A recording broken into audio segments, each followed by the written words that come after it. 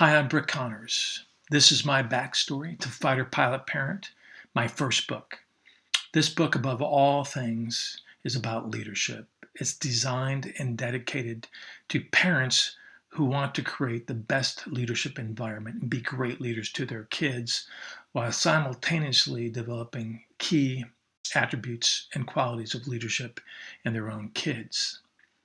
This book follows, through a variety of different stories and inflection points, the evolution that I took as a Navy fighter pilot and understanding those key essential elements that made me a better pilot, a better leader, but more importantly, a better parent. This story begins in June of 1982 as I drove my Toyota pickup through the gates of Naval Air Station Pensacola, more popularly known as the Cradle of Naval Aviation, when suddenly a flight of A-4 Skyhawks, the same jet the Blue Angels used to fly, came screaming overhead at full speed and full throttle. With my truck shaking ever so slightly, I imagined I was being welcomed to the first day of what would end up being a 27-year career. This set of aviation law books are a detailed record of every flight I've ever had as a Navy fighter pilot.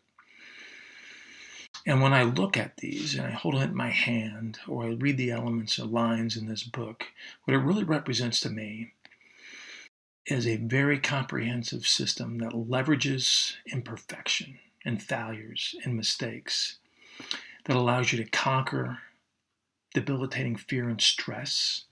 And it also reminds me of the love that I had for the people that I served with, more importantly, the people that I serve with every day and continue to serve with, my family.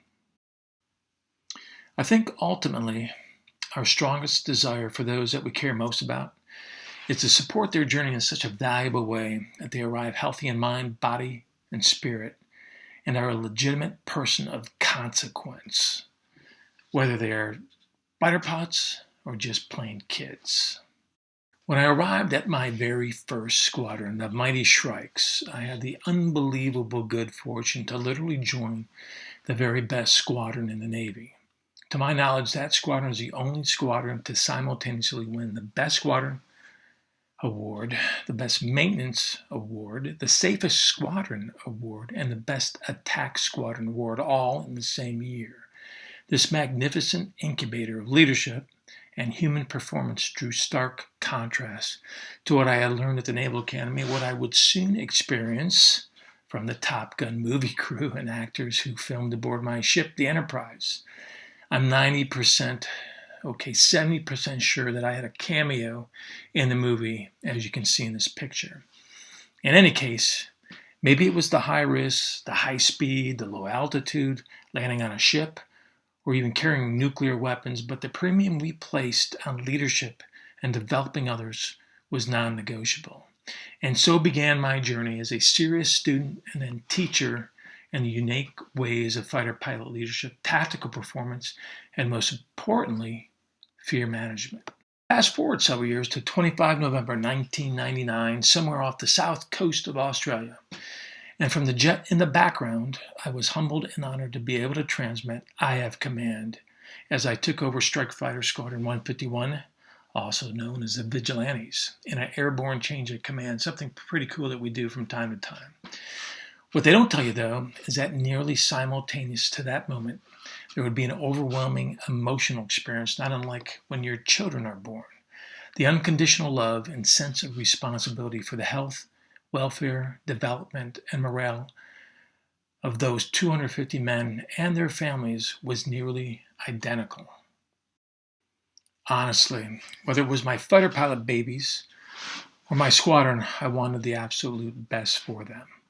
That same year, that sharp-looking group in whites was recognized as the best F-18 squadron in the entire Navy, all because of them. The only thing I did was provide them a structure to become the very best versions of themselves, aligned to a greater purpose. The motivation to share this very special experience and correlate it to parenting never really occurred to me until much later. It wasn't until I got to know a very special group of fighter pilots that I was able to put the finishing touches on our shared story and then capture it in words. Meet Admiral James Stockdale.